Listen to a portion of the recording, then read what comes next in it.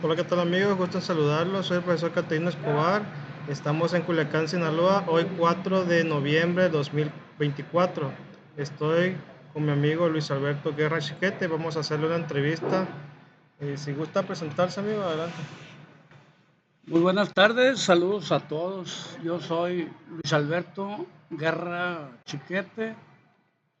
Nací aquí en la ciudad de Culiacán, pero nací aquí en la ciudad de Culiacán, por allá en la mitad del siglo pasado, el 57.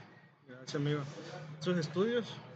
Ok, pues como todo el mundo estudiamos la primaria, en mi tiempo se usaba el parvulito, lo que ahora es el kinder, y desarrollé mis estudios hasta nivel superior, posgrado. Estudié licenciado en educación, maestría en pedagogía y cerré mis estudios con el doctorado en educación. ¿La escuela primaria dónde la estudió? La escuela primaria, una parte allá en el pueblo de San Pedro, ahí donde fue la batalla contra los franceses por el general Rosales. Allá la estudié del 63, 62, 63. Se llamaba El Parvulito y estudié 3 años allá. Lo cerré acá en la ciudad de Culiacán en la escuela Melina, León de Medina, que está ubicada en la colonia Morelos, aquí en la ciudad. La secundaria. La secundaria, esa escuela es histórica por el lugar de ubicación y por el nombre que lleva. Estudié la secundaria en Emilio Beso López, la que está enfrente del edificio histórico de la Universidad Autónoma Sinaloa en la Plazuela Rosales. Y de ahí pasó a De ahí bachillerato. pasé al bachillerato y lo estudié en la Preparatoria Central Flores Magón, es el turno vespertino. Eh, Desarrollé los estudios de licenciado en Derecho y me puse a trabajar como maestro en la universidad y ahí me vi en la necesidad de estudiar la licenciatura en educación para perfeccionar mi labor de enseñanza y dejé de lado los estudios de derecho y me fui por el área educativa. Por eso mi maestría está perfilada en el área de la pedagogía y así como el doctorado, los estudios de doctorado en educación superior. Ahí en la educación básica, algún maestro que recuerde. Maestro, Pues me voy a acordar por el nombre, pero no de los apellidos. Sí. Este, bueno, hay una persona que me gustaría mucho acordarme de ella que vive aquí por Las Rosales, enfrente del colegio. Vivía por ahí, donde está ahorita la Webster, antes de llegar a la esquina. ¿Qué te daba? No, artísticas. Bueno, pero bueno, una maestra de nombre Lupita, un compañero ahora, porque somos colegas, no sé si él viva, porque hace tiempo que dejé verlo, Víctor, muy golpeador, hecho al estilo de la escuela de Rosoy, cuando dice que la educación entra a través de los golpes. Él se lo creyó y golpeó mucho.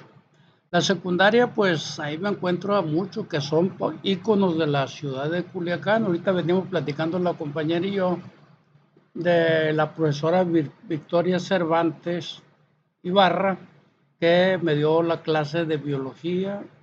Su hermano Inocencio Cervantes, Chencho le decíamos, me dio clases de geografía en la Emilio Beso. Artidoro Gámez, que tenía la escuela de inglés, me dio clases de inglés también ahí, su hermano también y varios, que no recuerdo todos, pero esos con los que yo me llevaba. Y en especial, mucha gente va a saber por qué es en especial con él, Andrés Loaiza. Le decíamos el secre. Era un persecutor de las inquietudes juveniles. Siempre nos reportaba. 22 reportes tuve en la dirección, en la dirección de la escuela, siendo que a los 3 reportes lo corrían a uno de la escuela, lo daban de baja. Pero me aguantó. Y pues le decíamos, el secre, hace poco tuve razón de él. Por ahí anda, todavía incorporado al área de la docencia.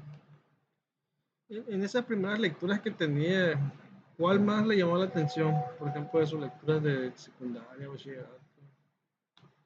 Bueno, empiezo, el antecedente directo es que en mi infancia me preguntaban a mí que si qué iba a hacer, qué iba a estudiar yo cuando fuera grande. Y mi respuesta fue siempre que yo quería ser policía, porque quería ser precursor de la justicia. No entendía el término justicia, pero sí quería ser policía con sentido social, no como los de ahora. ¿Y alguna imagen que haya visto usted en la primaria, en la secundaria, en la prepa, así relacionada quizás con la izquierda? Con la izquierda, no, yo con la izquierda en la secundaria, resulta que ahí en la Emilio Beso, ahí estudié yo mi secundaria. Como te digo, está ubicada frente al edificio central de la universidad. Es un edificio histórico que ya está desocupado porque reubicaron las oficinas centrales y la escuela Emilio Beso la ubicaron en un edificio que está ubicado por la Victoria, que también es histórico ese edificio, pero ya por el tiempo de construcción tuvieron que desalojar ahí. Creo que está amenazado. Lamentablemente está amenazado ahora de derrumbar ese edificio para remozar otro, pero ese edificio tiene historia. Entonces, desde el nombre que lleva Emilio Beso López, que es un ícono de la educación acá. Ese edificio, ahí recibía mis clases y coincidió mi tránsito de estudio de secundaria con el movimiento contra Armienta, el rector de la universidad. 72, 73, más o menos así. 72 empieza el movimiento, por cierto. Que acá por los estudiantes universitarios lo querían destituir, expulsar, que estaban por la reforma universitaria y querían poner a un rector que fuera elegido de manera democrática, con la participación de maestros, estudiantes y trabajadores administrativos. Se logró la lucha después de todo eso, pero yo me vinculé porque por las orillas de la escuela iban los estudiantes que repartían propaganda en relación con el movimiento que estaba cursando, y nos daban los volantes para mi papá, para mi mamá, y me decían, llévaselo a tu mamá, llévaselo a tu papá y dile que después le vas a llevar. Entonces, en la segunda le dije, oye, ¿por qué no me dan un poquito más? Y yo lo reparto en mi barrio. Ese fue el primer vínculo que tuve con el asunto de la democracia, con el asunto de la izquierda. El movimiento siguió varios días y entonces un compañero, que no sé si viva, pero fue hermano de la secretaria de la escuela Emilio Beso. Sus apellidos eran Salazar Valdés, no recuerdo su nombre, pero porque nos llamaban por los apellidos. Y él me dijo, vámonos al río, porque estaban arriba de la torre del edificio central de la universidad, tirándole de arriba para abajo piedras y de abajo para arriba balas o dardos. Y nosotros, chiquillos, fuimos al río y nos quitamos la camisa y la hacíamos como onda y la llenábamos de piedras de buen tamaño y corríamos y la subíamos a la torre y había unas gentes arriba que estaban dirigiendo el movimiento y nos decían cuando llegaban, ¿saben qué morro? No, licenciados, era la palabra de aquel entonces. ¿Sabes qué, licenciados? Tráiganos más piedras. Y nosotros, pues encantados, nos habían tomado en cuenta. Me acuerdo de uno de ellos, entre otros, pero porque no lo puedo olvidar, por ahí anda. No sé si se acuerdan o tú, Cata, te acuerdas de Santos Madariaga. Ese Claro fue, que sí. ese amigo fue el que me dijo, tráiganos más piedras. Estaba de allá. Primero era muy revolucionario. Después, Bueno, pues eso. Jorge Malaviaga, Y claro esa que fue sí. mi historia.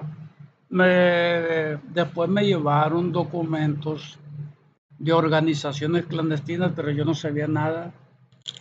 Yo las repartía y como era un niño, pues no generaba ningún problema a las autoridades. Me venía al centro, lo repartía, me subía al camión, lo repartía, pero callado. Cuando llego a la prepa, allá ya me vinculo a una organización clandestina y de ahí ya yo me hice orador político, me subí a los camiones, hacía mítines relámpagos frente al edificio del Mercado Garmendia, aquí en Catedral. Muchas veces hicimos mítines en el Seguro Social. Después, ahí en el Seguro, nos organizamos para luchar por la democratización del sindicato. Nos corretaron varias veces, pero con nosotros. Y yo estaba vinculado a esa organización. Esa organización era parte, nosotros no sabíamos todo. Él fue parte de una organización guerrillera que se llamó la Liga Comunista 23 de septiembre. Nosotros estábamos, pero no sabíamos que éramos de ahí, porque no nos compartían todo. Había un estilo de información entre ellos que pues te llegaba a ti la información, la que tú necesitabas o la que tú podías necesitar, y a ella le llegaba otra información distinta a la tuya porque era un procedimiento. La clandestinidad y gente libre que eran los...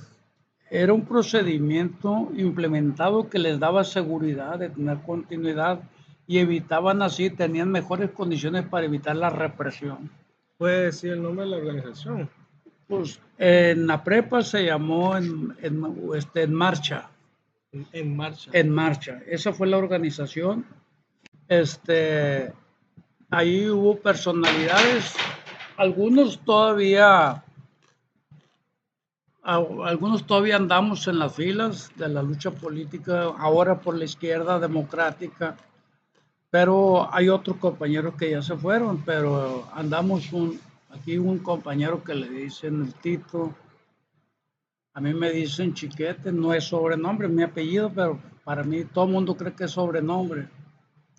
Está otro que le dicen, son sobrenombres de aquel entonces. El Barbas, los Vaguillos, el Grande, el Chuco, el Pollo Carrizales. ¿El Chuco también anduvo ahí? No, el Chuco Carrizales. Ya. Aquel tipo que estaba nucleado con nosotros, pero fue una vaca sagrada de la educación. Sí lo conoce porque era maestro, ya murió. César Carrizales. ¿Lo conoces? ¿Te suena? Me suena. Pues estaba nucleado ahí en la preparatoria central. Él se fue y allá se convirtió en un especialista, un investigador del área educativa. ¿Este grupo en marcha era filial, digamos, alguna secundaria, alguna prepa, alguna universidad? Estábamos en la prepa. Éramos estudiantes de la prepa y ahí coincidimos, nos reagrupamos, pero teníamos de frente a otro grupo, otra expresión que pertenecía a la liga. Nosotros también pertenecíamos, pero no sabíamos. Y mirábamos en ellos prácticas no justas y nos enfrentamos. Había una tradición que nos quedó para la historia. A ese grupo iniciamos un movimiento por desaparecer la práctica de que a todos los alumnos que entraban a primer año los rapaban a la fuerza. No sé si se acuerda de eso. Los rapaban, te agarraban, te trasquilaban y no te dejaban otra. Y entonces cuando la policía andaba buscando y no encontraba los supuestos delincuentes para ellos, siendo pelón, no había problema, eran los mismos, ya, con inocentes. Pues éramos muchísimos alumnos, todos los primeros estábamos rapados. Yo fui de la última generación porque nos opusimos y evitamos por la fuerza que esa costumbre mala vida si tuviera continuidad. en la prepa, y ya después este grupo en marcha evolucionó a un nivel superior y nos convertimos en dirigentes del comité de becados. El comité de becados tiene como antecedente la histórica casa del estudiante Rafael Buelna, que desapareció, es la que te digo, nos reunimos ahí, desapareció, y nosotros luchamos porque se constituyera un grupo de becados que era apoyar económicamente a los hijos de familias provenientes de las clases sociales con menos posibilidad de solventar los gastos. La gente que venía del campo, la gente que venía de las colonias periféricas, no era una cosa de darles el dinero en cuanto llegaran, era un procedimiento responsable el que se cursaba para asignarle una beca, y nosotros administrábamos las nóminas. Le presentábamos al rector, en aquel entonces estaba Arturo Campos Román, y nosotros hacíamos una lista y le decíamos, necesitamos tantas becas para tales. Y aquí está la justificación, los estudios económicos. Y había gente que venía de Guerrero, de Oaxaca, de Puebla, de todo el estado, de Sonora. Aquí vinieron a estudiar y se quedaron.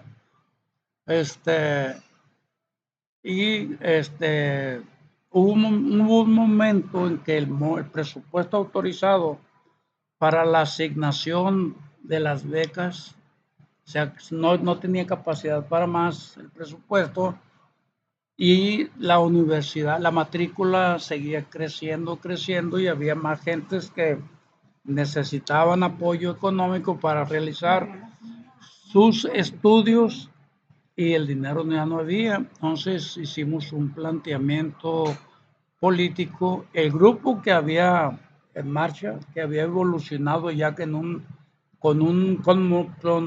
se llama? Con una unidad de otras organizaciones que estaban en proceso de rectificación, y le hicimos un planteamiento: transformar el sistema de becas en un sistema de servicios asistenciales colectivos. ¿Qué significaba? Que a todos se nos quitaba la beca y todos entrábamos de acuerdo a nuestras necesidades, a los servicios sociales, a los servicios asistenciales. Era una propuesta integral que llevaba la exoneración de pago en la escritura, en la inscripción de los estudios, que llevaba apoyo para libros y acceso libre en la biblioteca de la universidad, con derecho a que la bibliotecaria o el bibliotecario te prestara el libro para que te lo llevaras a tu casa, hicieras la tarea y lo usaras, y lo regresaba para que otra gente lo usara. Un beneficio para los jóvenes. Sí, sí, planteamos gestionar el descuento del 50% en el transporte urbano. Planteamos comedores universitarios en los lugares donde estaba la mayor afluencia de estudiantes, como en Ciudad Universitaria, a principios de aquella universidad. Digo, aquella ciudad universitaria, perdón, pero era chica. Estaba creciendo apenas la ciudad, porque toda la matrícula en la década de los 70 estaba concentrada ahí en el edificio central de la universidad, pero la demanda educativa fue creciendo, y hubo necesidad de crear más infraestructura, y así es como surge la ciudad universitaria. Ahí en este grupo de marcha hacían reuniones. Teníamos un local en el sótano de la preparatoria central. Es que el edificio, entras y a la entrada está una escalera y está un módulo, y sigues y subes la rampa y está otro módulo, pero que tenía 3 niveles, y tenía el cuarto que era el sótano. Estaban habilitadas con aulas. Ahí estaban los primeros años, pero al fondo estaban unos cubículos, nosotros los habilitamos, y ahí teníamos libros, mesas, sillas, teníamos mimeógrafos artesanos, ya no existen de esos, y teníamos máquinas de escribir, teníamos papelería para hacer los volantes y lo más importante, teníamos agenda, guía de estudios y reuniones programadas constantemente. ¿Y esos volantes qué se acuerda qué decían más o menos? Pues hablábamos de la lucha del proletariado, hablábamos de la universidad fábrica, hablábamos de la lucha de clases, hablábamos egocéntricamente que éramos mejores nosotros que los otros, porque estábamos fragmentados, estábamos divididos, no ¿Quiénes había, eran los otros? pues había otras organizaciones, nosotros hemos En Marcha y había otra organización que nosotros por movimiento nos convertimos en líderes, los expulsamos de la dirección de becados, ellos lo tenían, le decían los insurrectos. Había otro grupo, después crecieron un ISCRA, otro grupo que se llamó Unidad de Estudiantes Revolucionarios de Sinaloa, la UERS, otro grupo que todavía he visto sus siglas por ahí, Rumbo Proletario, y nosotros que dejamos de existir como En Marcha y nos convertimos en parte de una corriente política nacional que se llamó Corriente Socialista.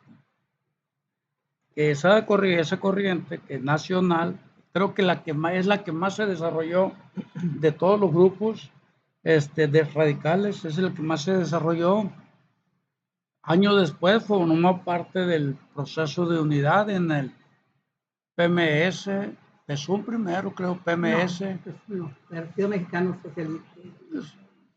Sí, porque era la que PMS. le dio al partido, al PRD. Sí, pues ahí estaba en esa confluencia de grupos de izquierda, se fue el Partido Comunista Mexicano, se fue el Partido Mexicano de los Trabajadores, se fue la corriente socialista y se fue la corriente democrática del PRI, con Cuauhtémoc Cárdenas, ¿no? No, él entró en la después del PRD, ya en el PRD. No, nos juntamos con, ellos llegaron como tendencia democrática, era una decisión sí, del PRI, sí, del PRI, sí, donde era estaba Cuauhtémoc Cárdenas, Muñoz Ledo, Eugenia Martínez, que acaba de fallecer, y algunos que andan ahí todavía Bueno, que no sé si Rosario Ibarra de Piedra llega también. No, Rosario Ibarra era su época de líder, pero ella estaba bien enfrascada en la lucha por los desaparecidos y buscó protección para jugar su lucha política de manera parlamentaria por el PT.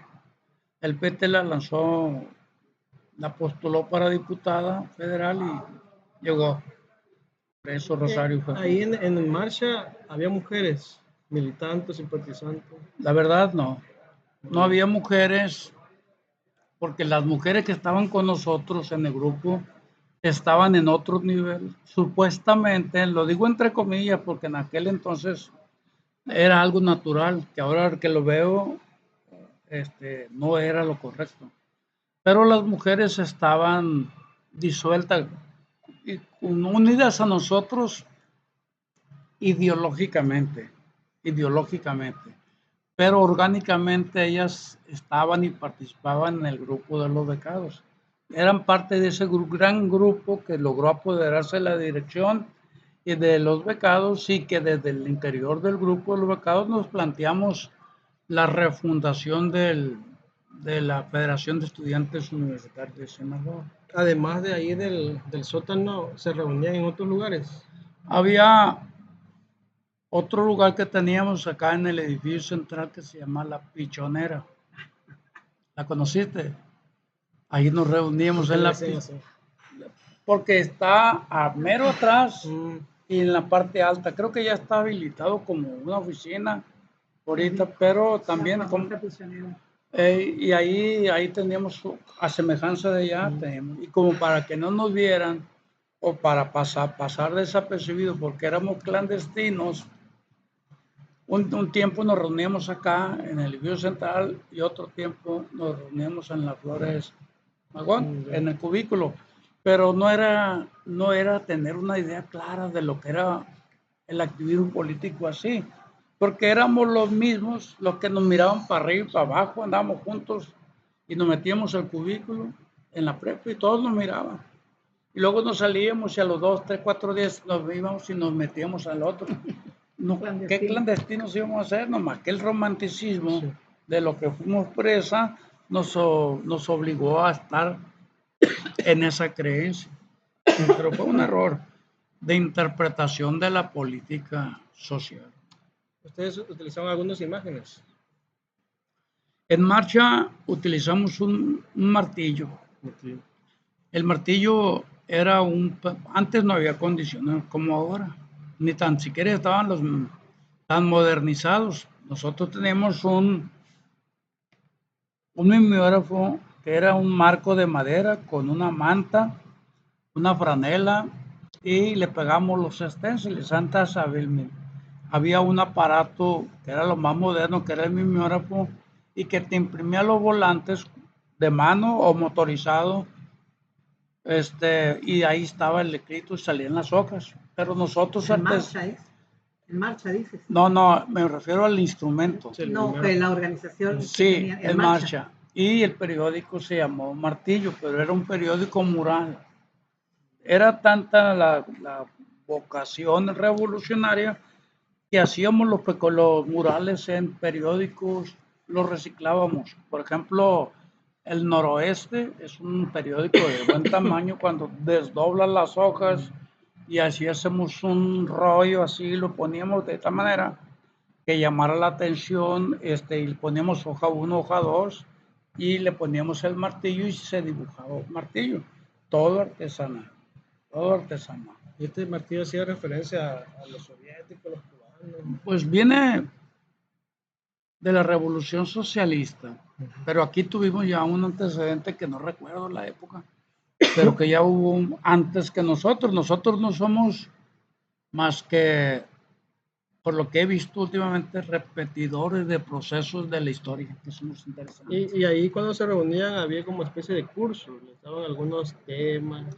Sí, leíamos mucho el manifiesto del Partido Comunista, el qué hacer, 2 pasos para adelante y 1 para atrás, algo así, de lentos. Y luego un libro de revueltas, así se templó el cero, o no, la revolución de un proletariado sin cabeza. La revolución del proletariado sin cabeza, sí, de revueltas. De revueltas y las novelas clásicas, La Madre. Sí, de esas lecturas básicas. ¿Alguna lectura de Lenin? Todas esas que te mencioné son de Lenin. ¿Qué hacer? ¿Alguna de Trotsky? De Marx, El Capital. ¿Nosotros fuimos trotskistas? No. ¿Alguno fue trotskista? ¿Alguna agrupación? Algunas gentes que, como la corriente socialista estaba en proceso, había gente al interior que fue trotskista. Hay alguno por ahí todavía, pero no recuerdo si está ahí, pero en aquel entonces no sé dónde ande ideológicamente, pero sí, uno de ellos creo que se llama Jaime Aragón. Sí, bueno, él era uno, había otras gentes aquí, pero se fueron a otro lugar o se fueron de este planeta por el paso del tiempo. Sí. Y dentro de los oradores, ¿quiénes más llegaron a ser oradores? Bueno, de mi generación todos los becados. Había uno nada más, uno de los vaguillos, que hasta la fecha es muy bueno con la pluma, escribe mucho, muy bien, y él siempre estuvo atrás de nosotros, como perfil bajo, pero nosotros sí nos parábamos en las asambleas, en las escuelas, en las comunidades. Nosotros creamos ese grupo, como parte de la corriente socialista, fuimos protagonistas en la creación de infraestructura escolar. Te voy a decir por qué.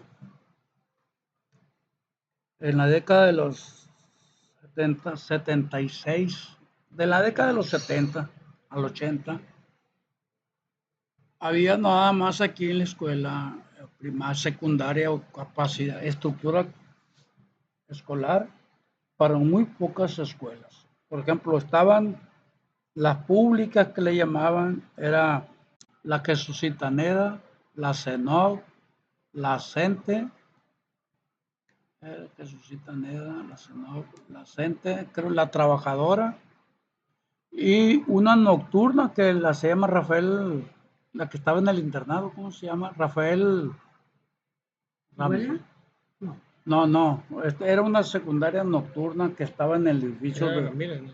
Ramírez, no, Rafael Ramírez, ¿no es? Rafaela. Rafael. Y entonces, como no hace mucho, incluso en la actualidad, había rechazados. En la secundaria, muchos alumnos, muchos jóvenes en estudiar la educación secundaria se quedaban sin oportunidad porque no había cupo.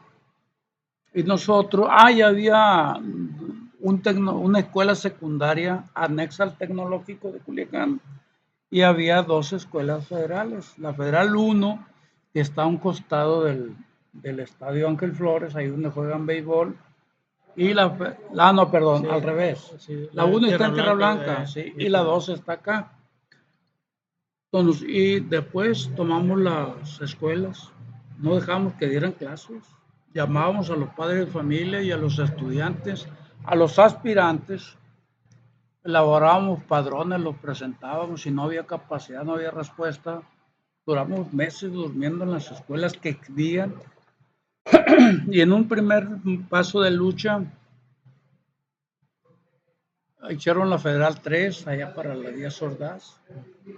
La SEP estaba aquí en el edificio La Lonja, Cloutier, es el Cloutier que está allá. Sí. Ahí estaban las oficinas de la SEP, Secretaría de Educación Pública, ahora CEPIC, y hacíamos plantones ahí, no soltábamos hasta que teníamos una respuesta. El sindicato también está. Más para allá está el 53, ¿no? Sí, ahí está todavía, por a un lado del Estase, por la Zaragoza. Entonces, estábamos en ese movimiento. ¿Y cuál va a ser tu sorpresa? Creo que ahorita hay 14 escuelas secundarias federales, creo. Pero sí me consta de la 4, las 5, las 6, las 7. Las federales, ¿no? De las federales. Las 7. Las 7. Fue la primera al lado del estadio. Hay 14, creo. 14, pero todo Culiacán, y se respondió, se satisfizo la demanda para la opción secundaria. Ese resultado del activismo democrático que desarrollamos nosotros. También creamos una organización popular que se llamó el Frente Independiente de Colonias. Y también había demandas de vivienda, como ahorita las hay, que ya le presentaron una petición a Rocha, el actual gobernador, y pues no hace mucho, 2, 3 meses, dijo que por este año no había capacidad para resolver la demanda de vivienda para esa gente.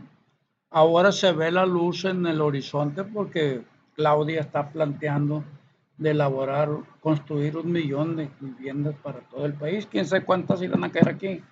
Pero aquí, si tú buscas los datos del INEGI en el internet, te vas a dar cuenta que aquí tenemos cerca de 700,000 familias sin vivienda.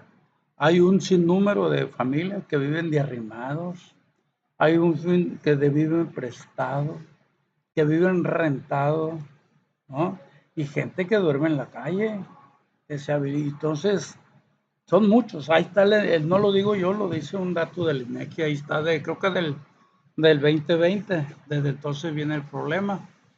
Pero en aquel entonces estaba más fuerte y la solución la encontramos por la lucha política. Organizamos solicitantes de vivienda e invadimos terrenos. La primer colonia que surgió como parte del movimiento que desarrollamos como Frente Independiente de Colonias fue la colonia 1 de Mayo, así se llama, ¿verdad? La primera, la que está allá para el lado. Sí, en 1 de Mayo, ¿ah? Del Iste para allá. Sí, allá para el fondo. Sí, la 1 de Mayo, por aquel lado surgió la revolución, surgió la Obrero Campesina, también formamos la secundaria Obrero Campesina y la secundaria Emancipación del Pueblo. Ese fue otro momento de lucha. Pero me refiero ahorita, estoy con las colonias. La Obrero Campesina, la Rubén Jaramillo, la Rosario Uzárraga, y aquí en Culiacán, la Pemex, el Palmito, la ampliación Pemex, la Estela Ortiz de Toledo. Ahí, cuando estábamos en la Estela Ortiz de Toledo, que ya era mucho lo que habíamos logrado, pero faltaba por lograr más. Alguien que creo que fue presidente municipal, yo no lo recuerdo, pero el nombre sí. Se llama o se llamó Jaime Quinto. ¿Tú lo conoces? Jaime Quinto. Jaime 5. Jaime Cinco. Ah, es el que está el dueño. Pero es el dueño del Kidmar, ¿no? No sé. De ahí vivió él. Los conozco. Bueno, ahí está la familia. Los hermanos, o sea, los parientes son de Guasave. Él metió una iniciativa de ley. Nosotros estamos a todo dar con esa lucha, pero metió una iniciativa de ley de convertir en delito la invasión de terrenos. Entonces ya empezó la represión y nos empezamos a calmar, porque éramos de izquierda, pero teníamos capacidad de entender y dirimir lo que está bien y lo que está mal, y la necesidad de cuidarnos para continuar. Así está. También influimos, profe, en la conformación del Sindicato de Papel y Cartón de México. Papel y Cartón de México, algunos compañeros fueron detenidos ahí, pero el sindicato, yo no sé si existe ahorita, pero el Papel de Cartón de México, sindicato, pero se formó el papel de hicimos trabajo en Teléfonos de México, llegamos a la dirección sindical del sindicato de la sede de aquí, no sé cuál seccional sea, pero dirigimos el sindicato a través de compañeros que se incorporaron en este movimiento, y desde entonces ese sindicato se ha mantenido con direcciones sindicales democráticas progresistas. No sé si pertenecen o no a qué organización, ¿no? Pero de que son progresistas, lo son desde aquel entonces. Antes estaban los charros ahí. En el caso de los enfermos ahí en la UAS, ahí qué me puede decir, cómo vio ahí muy bien. Los enfermos, yo creo que le toca más a ella porque ella es enferma directa. Ella se siente más chiquita. Pero es consecuencia de lo mismo, ¿no? La lucha que se dio es consecuencia de lo mismo. O sea, los enfermos, la etapa viene siendo desde el 66, desde el 69 en adelante, cuando 79, no. 69, 69, sí. Cuando el tipo ese que el rector Ibarra, no, Ibarra fue en 66, Armienta Calderón. Eso, o sea, ya cuando en el 70, 69, 70, ahí se da la aparición de los enfermos. Sí. Ya después cuando se da la autonomía, entonces ahí empiezan los grupos a separarse, ¿no? Entonces hay unos que querían estar dentro nada más de las aulas. De las aulas, fueron los chemones, fueron los PC. Pescado, le decía. Los pescados. Y ahí entonces los enfermos ya tenían una historia de movimientos hacia el campo, principalmente obreros de la construcción, todo eso ya ellos llevaban a los enfermos, o sea, no los enfermos iban, sino ellos hicieron a los enfermos, porque ellos llegaban a la universidad buscando a los muchachos para resolver una serie de cosas para que los apoyaran Y por ahí va la historia, pero esta entrevista Y no también ahí hubo participación de la normal, ¿no? la normal, En ese el entonces, tecnológico, todos estos fueron parte de los enfermos. no, sí, había ¿Tu una etapa cuál fue? de los 72 cuando estuve de Ah, niño, entonces era enfermo. enfermito, Era era enfermito, no enfermito, quería. este, Sí, ahí es donde dices que no sabías que eras de la liga. sí, que no sabía que era Sí, sí, a lo mejor no se entendía porque la pero mayoría de los muchachos que traían tradición ya se fueron a la clandestinidad. Sí, pues. propio. Bueno, los enfermos tienen Y los su enfermitos se quedaban a hacer la trabajo talacha. político. Mm. Me gusta el nombre. Los enfermos surgen por una concepción ideológica asumida que se asumió después de luchar por las vías democráticas, la represión. Entonces el mecanismo que encontraron, lo que te comentaba ahorita que no en aquella mesa, era radicalizarse. Y algunos se armaron. Y de ahí los otros grupos que aún siendo de izquierda estaban enfrentados y dejaban de lado al enemigo de clase. Entonces era una cosa ahí, de ahí surge, pero te puedo decir de los enfermos que tiene una etapa bien ubicada, que fue más la represión que la trascendencia de los enfermos, porque si los enfermos se hubieran mantenido, hubieran logrado grandes, grandes repercusiones, pero fíjate, la cárcel estaba llena de enfermos, esa fue la noticia. Pero yo ahora en la actualidad, ahora que existe la Comisión de la Verdad y que quieren hacerle justicia a aquellos que estuvieron presos, que fueron reprimidos, a los familiares de los desaparecidos y todo eso, me he encontrado, por ejemplo, en la escuela de agricultura o a un amigo que está en Coahuila, no recuerdo cómo se llama, pero es de aquí. Vino y ya me lo presentaron y resulta que ese amigo llegó, se inscribió al primer año de la escuela de agricultura y se lo metieron a la cárcel. Y ahí estuvo en la cárcel, él no sabía nada, no había nada, no sabía nada del marxismo, del leninismo, de política, no sabía, pero lo agarraron entre la bola y estuvo preso y está consignado y ahora anda buscando.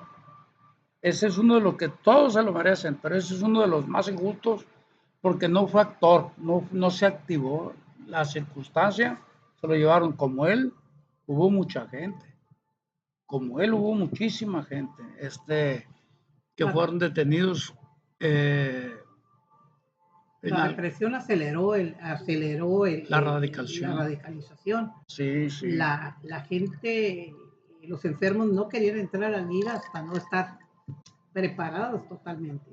Pero la radicalización, meter a eso los obligó a irse a la clandestinidad. Así es.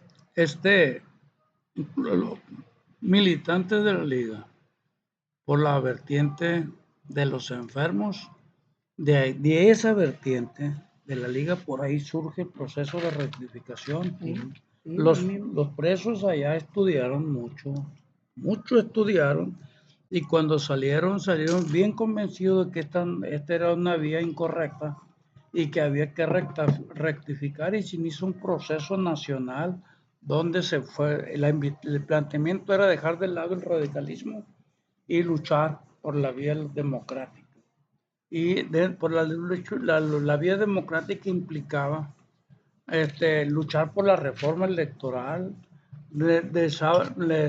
se luchaba por hacer el activismo político legal, dentro de los partidos formar los partidos. Antes era unipartidista. ¿Cómo iba a perder el PRI desde que ganó la revolución allá con la Constitución hasta acá? Si era un solo partido legal.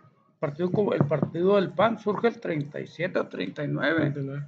Y pues siempre de confrontación, pero sin registro, porque la norma jurídica electoral no les daba cabida.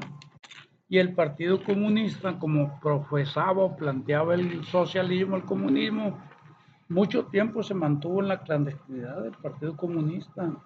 Y la clandestinidad de los enfermos en parte está en la experiencia del Partido Comunista, porque en los enfermos, un grueso importante de militantes de los enfermos fueron militantes de las juventudes del Partido Comunista.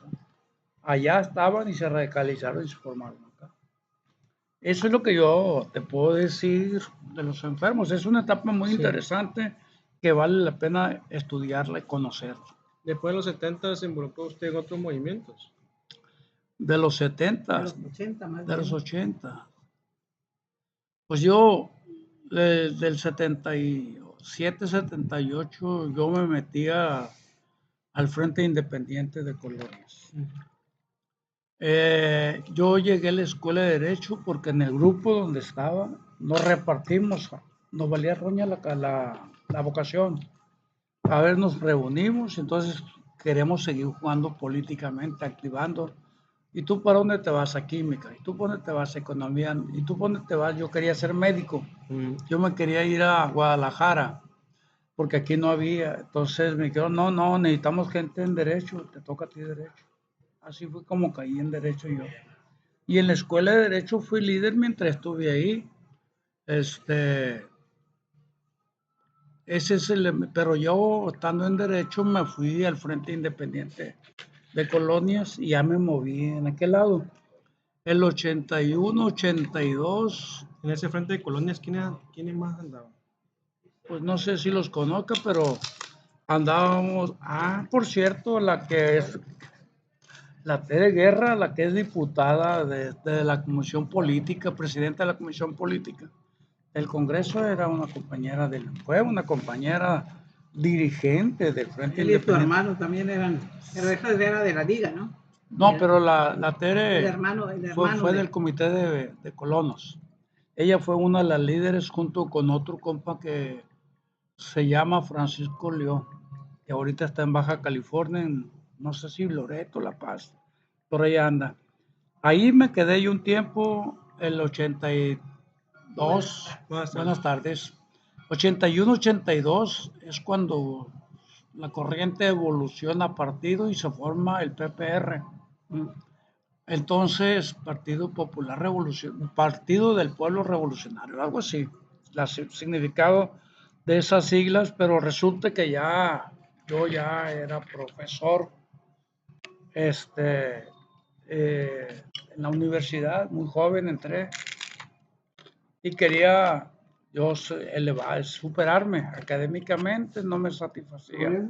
Sí, no estaba satisfecho con el nivel de estudios y me retiré un tiempo de la militancia política. Y fue cuando me puse a estudiar la licenciatura en educación para ser mejor maestro. Y de ahí me fui a la maestría en pedagogía en Michoacán, viví 4 años por allá. Y luego estudié el doctorado en educación. Y ya que me cerré mi ciclo de formación académica, ya regreso y me incorporo al movimiento político universitario. Yo fui uno de los promotores de la candidatura de Gómez Monarres, pero con una perspectiva de izquierda. Le apoyamos a Cuen y apoyamos a Guevara y apoyamos a Toño. Desde que Gómez Monarres fue rector, es Guevara y Gómez.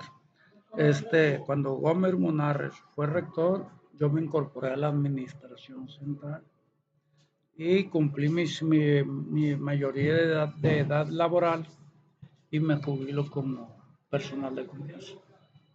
Tengo ya cumplí 14 años de jubilado. ¿Actualmente milita en alguna organización? Sí, claro, esa parte es la que más me interesa. Estamos en un proceso de conformar, estamos a la vuelta de la esquina de conformar un partido, que sería la etapa de construir la unidad de la izquierda nacional. No tiene nombre el partido que queremos formar, pero sí nos identificamos porque todos los que hemos confluido hasta el momento somos de izquierda. a nivel nacional. Tuvimos en marzo de este año un encuentro de organizaciones de izquierda. En noviembre primero. En marzo. Fue la de noviembre y luego la de marzo. Noviembre del 23 sería. Sí, noviembre del 23. Y de ahí se decidió en marzo. 24. La segunda. El primer encuentro, el noviembre fue el encuentro en el marco del MUS. Y nosotros decidimos agarrar vía propia y con los documentos del noviembre llegamos a la reunión del 18 de marzo, 19 de marzo. Sí, fue ahí donde se decidió que la reunión se hacía ahí en noviembre. Sí, que nos íbamos por nuestra cuenta, porque allá nada más nosotros. En el MUS había dos planteamientos. Movimiento de Unidad Socialista es uno de los intentos, ¿no?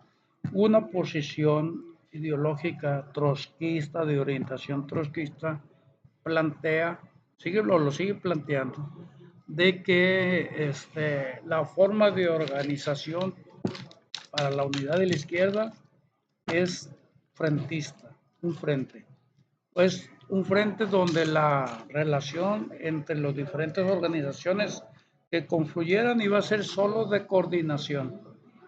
Y nosotros dijimos, no, con un frente no llegamos a la transformación social, no llegamos a profundizar la cuarta transformación que nosotros planteamos profundizarla. Necesitamos un partido que vaya más allá de lo que es la cuarta transformación, porque la cuarta transformación operada por López Obrador son transformaciones secundarias, no hay ni una transformación estructural. Y nosotros planteamos una transformación estructural donde haya igualdad social.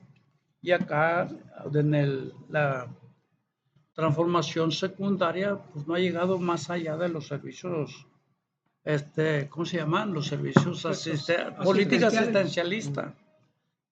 Como la beca todo lo de bienestar y cuatro vías de crear infraestructura productiva, como que no le sirvieron más que a los grandes ricos, que se hicieron más ricos. Carlos Slim contribuyó en la construcción pero como prestador de servicios, como empresario, en la construcción de ferrocarriles, del tren Maya, y a ellos a los grandes empresarios les va a quedar. Nosotros los pobres, ¿qué nos queda? Después de una inversión tan alta, solamente la satisfacción, entre comillas, de ser usuarios del tren, pero no vamos a tener de manera directa ninguna ganancia. Entonces, esa transformación no nos complace, nosotros queremos profundizarla. Por ejemplo, recuperar el ejido para establecer la vida comunitaria de nuevo cuenta, más allá del ejido, sino en las fábricas, democratizar los sindicatos, la riqueza, que el reparto de la riqueza del país sea más justo, donde no estamos en contra de los ricos.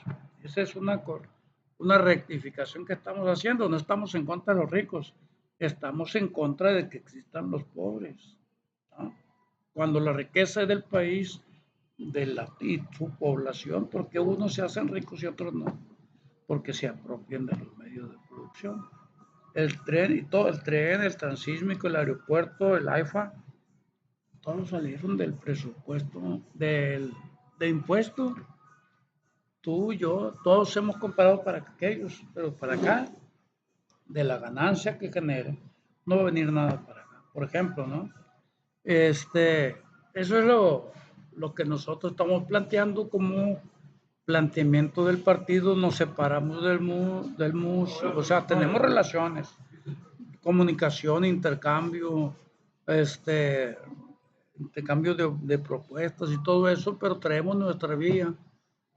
Y la primera etapa del objetivo táctico es construir el partido, es que en noviembre se conforma el partido como cierre de la primera etapa de la reunión de marzo, donde 35 organizaciones confluyeron el marzo.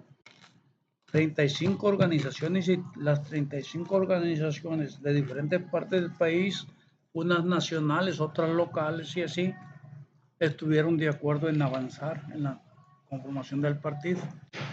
Y pues estamos ahorita cerrando la preparación, la lectura de los documentos. Por cierto, si hay oportunidad te los paso. O se los pasa, Cata, el programa y... De todas maneras, toma su teléfono.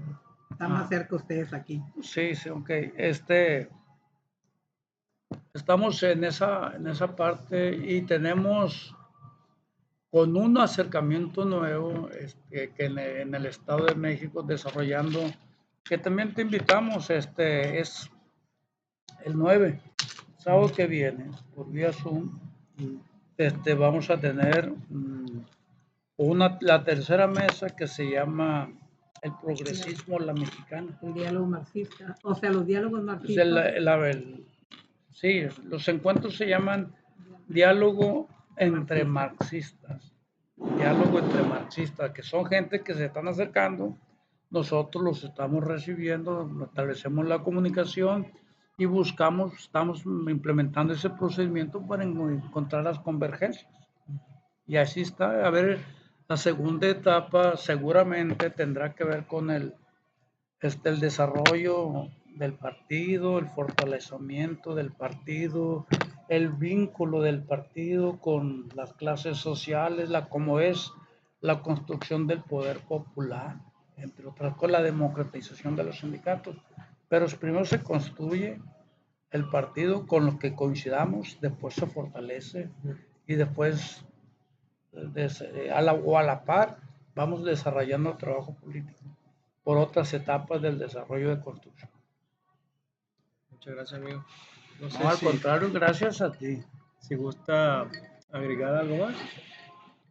Pues invitar a la gente, sobre todo tener comunicación con Argentina, está bien que lo diga.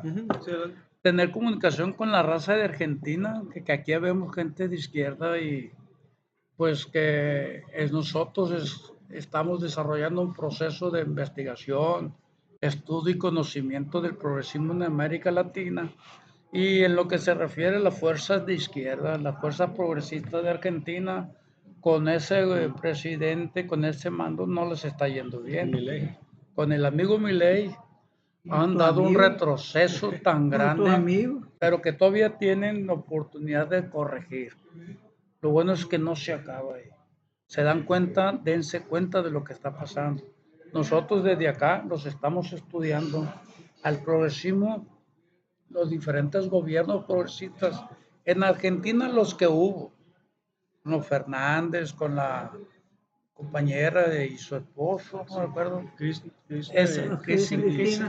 Cristina, allá con Venezuela, Bolivia, la gente del Perú que se había democratizado y después le dieron un golpe de estado acá. Igual con Rafael Correa ahí en Ecuador.